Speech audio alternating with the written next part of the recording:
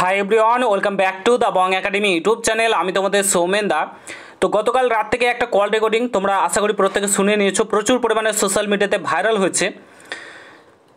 যারা যারা শোনোনি কিংবা বিষয়টা জানো না তাদেরকে বলবো অতি অবশ্যই টেলিগ্রাম চ্যানেলে যুক্ত হয়েছে, সেখানে আমি কল রেকর্ডিংটা প্রোভাইড করে দিচ্ছি। এখানে আমি দিতে পারবো না কিছু কারণবশত। তো সেই কল রেকর্ডিং থেকে যে বিষয়টা শোনা যাচ্ছে এবং যে চ্যাটগুলো রয়েছে, স্ক্রিনশট রয়েছে, সেগুলো আমি দিয়ে দেবো টেলিগ্রাম চ্যানেলে, সেখানে তোমরা দেখে নিতে পারো। সেখানে বলা হচ্ছে তোমাদের যে WBP-KPর যে এক্সাম আপকামিং হতে চলেছে, সেই ছেলেটা একটা মেয়েকে বলছে তুমি যদি এর প্রশ্নপত্র নিতে যাও এত লাখ টাকা লাগবে, তুমি 3 দিন 4 দিন আগে প্রশ্নপত্র পেয়ে যাবে। ঠিক আছে, লেডি কনস্টেবল এখন ডকুমেন্টস জমা নিচ্ছে এবং একটা কোচিং ইনস্টিটিউশনের নামও কিন্তু সে বলছে যেই কোচিং ইনস্টিটিউশন থেকে প্রশ্নপত্র দেওয়া হবে। ঠিক আছে, সেই ছেলেটা তোমাদের অনেক সময় সাহায্য করেছে, তার চ্যানেলও রয়েছে ইউটিউবে এবং সে তোমার কি করেছে, সে সবসময় সাহায্য করে তোমাদেরকে। ঠিক আছে, হেল্প করে, তার চ্যানেলের নাম হেল্পিং বলে কিছু একটা রয়েছে। যাই হোক, তো সে এর আগে ডেপুটেশন জমা দিতে গেছিলো তোমাদের WBPRB বোর্ডে, সে গেছিলো তাদের সাথে। ঠিক আছে, সেখান থেকে ইনফরমেশন নিয়ে এসছে কেপি কনস্টেবল এক্সাম কবে হতে পারে, WBPর এক্সাম কবে হতে পারে, এই প্রশ্নপত্র কীভাবে ফাঁস হওয়া থেকে থামা যায় সেই ব্যাপারেও সে কিন্তু বলেছে। ঠিক আছে, তো কিন্তু অ্যাকচুয়ালি দেখা যাচ্ছে সেই এই সব বিষয়গুলো বলছে যে প্রশ্নপত্র ফাঁস হবে, কিচ্ছু করার নেই, আমি কিছু করতে পারবো না, এত টাকা দাও আমি প্রশ্নপত্র পেয়ে যাবে, আমি কথা বলছি, এরকম ব্যাপার দালালের মতো কাজ সে করছে। কিছুক্ষণ আগে দেখলাম সে একটা ভিডিও করে বলছে যে এগুলো সব আমি মেয়েটার সঙ্গে ইয়ার্কি করার জন্য বলেছিলাম। এটা ইয়ার্কির বিষয় না ভাই, এইভাবে কি ইয়ার্কি করতে পারে না। আর একটা কথা আমি বিশ্বাস করি, কিছু যদি মানে অ্যাকচুয়ালি রটে, কিছু যদি ভাইরাল হয় তাহলে কিছু একটা ঘটেছে। ঠিক আছে, কিছু একটা ব্যাপার রয়েছে, অবশ্যই ব্যাপার রয়েছে। আমি যে চ্যাটগুলো দেখলাম সেখান থেকে বোঝা যাচ্ছে কিছু একটা ব্যাপার রয়েছে, না হলে এইভাবে ব্যাপারটা এত ভাইরাল হতো না। ঠিক আছে, তো যে বা যারা এর সঙ্গে যুক্ত রয়েছে, আমার মনে হয় তোমাদের প্রত্যেকে এখন একত্রিত হওয়া উচিত। জীবনে যদি সফলতা পেতে চাও, এত ছেলে মেয়ে পরিশ্রম করছে, এত আমি দেখছি রাতের পর রাত জেগে পড়াশোনা করছে, রাত 2টো 1টা 2 থেকে 3 ঘন্টা 4 ঘন্টা কেউ ঘুমাচ্ছে পরিশ্রম করে, শুধুমাত্র এই WBP-KP কনস্টেবলের এই কনস্টেবল লেভেলের এক্সাম ক্র্যাক করার জন্য এত পরিশ্রম করছে। সেই জায়গায় গিয়ে এরকম দালালির কাজ যারা করছে, ঠিক আছে, তাদের শাস্তি হওয়া উচিত। ঠিক আছে, এর জন্য অবশ্যই তোমাদের প্রত্যেককে একত্রিত হতে হবে। দেখো, পড়াশোনা করলেই তো শুধু হয় না। বর্তমানে আমরা কোথায় বাস করি? আমরা ওয়েস্ট বেঙ্গলেতে বাস করি। আমরা অন্য রাজ্যে বাস করলে আলাদা ব্যাপার হতো, বাট যেহেতু আমরা ওয়েস্ট বেঙ্গলে বাস করি, পড়াশোনার সাথে সাথে আরেকটা স্টেপ তোমাদেরকে ধরে নিতে হবে যে এই প্রশ্নপত্র কীভাবে ফাঁস হওয়া থেকে থামা যায়। এটা সরকার করবে না, করতে হবে আমাদেরকে। ঠিক আছে, এটা অন্য রাজ্যে সরকার করে, বাট করতে হবে আমাদেরকে, এটা পশ্চিমবঙ্গ। ঠিক আছে, এখানে সব কিছু সম্ভব। তো যে বা যারা করছে তাদেরকে অবশ্যই জেলের ভিতর ভরতে হবে, সেই ব্যবস্থা আমাদেরকে করতে হবে।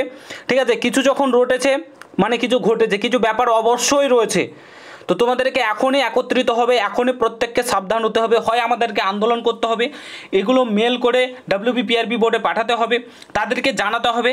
যখন এদের বিরুদ্ধে অ্যাকশন নেওয়া হবে তখনই আসল ব্যাপারটা খোলাসা হবে। ঠিক আছে, এদের বিরুদ্ধে অ্যাকশন নিলে আসল ব্যাপারটা খোলাসা হবে।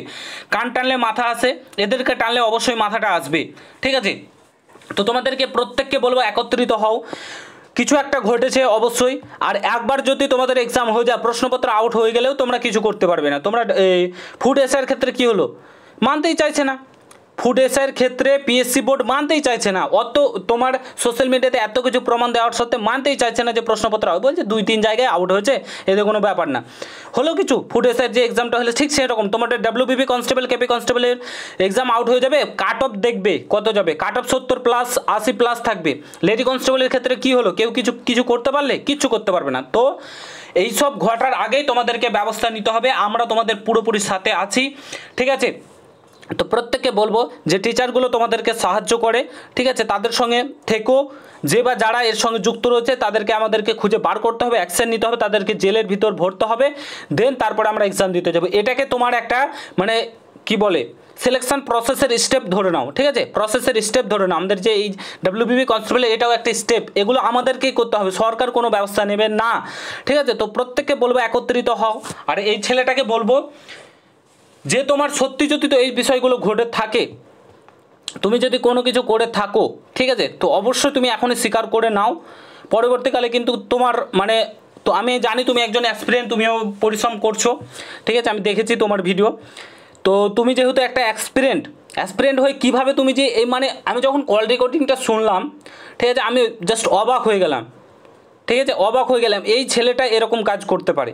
পার্সোনালি আমি তাকে কোনো দিন চিনি না, জানি না, তার ভিডিওটা আমি দেখেছি, ঠিক আছে, যখন এই ডেপুটেশন জমা দিতে যায় তখনই ভিডিওটা দেখেছিলাম, ঠিক আছে। তো অবাক হয়ে গেলাম যে একটা অ্যাসপিরেন্ট হয়ে কীভাবে এরকম কাজ করতে পারে। তো বুঝতে পারছো কারা কারা এর সঙ্গে যুক্ত রয়েছে। তো অবশ্যই আমাদেরকে তাদেরকে ধরতে হবে, কান টানলে মাথা আসে, এদেরকে ধরলেই মাথা কিন্তু চলে আসবে, ঠিক আছে। তো প্রত্যেককে বলবো এর বিরুদ্ধে আওয়াজ তোলো। WBPRB বোর্ডে তোমরা প্রত্যেকে সেই কল রেকর্ডিং সহ সমস্ত কিছু যে স্ক্রিনশটগুলো রয়েছে সেগুলো WBPRB বোর্ডে মেল করো, ঠিক আছে, জানাও তাদেরকে এরকম ব্যবস্থা অবশ্যই নেওয়া উচিত, তাহলে এগুলো কিন্তু থামবে।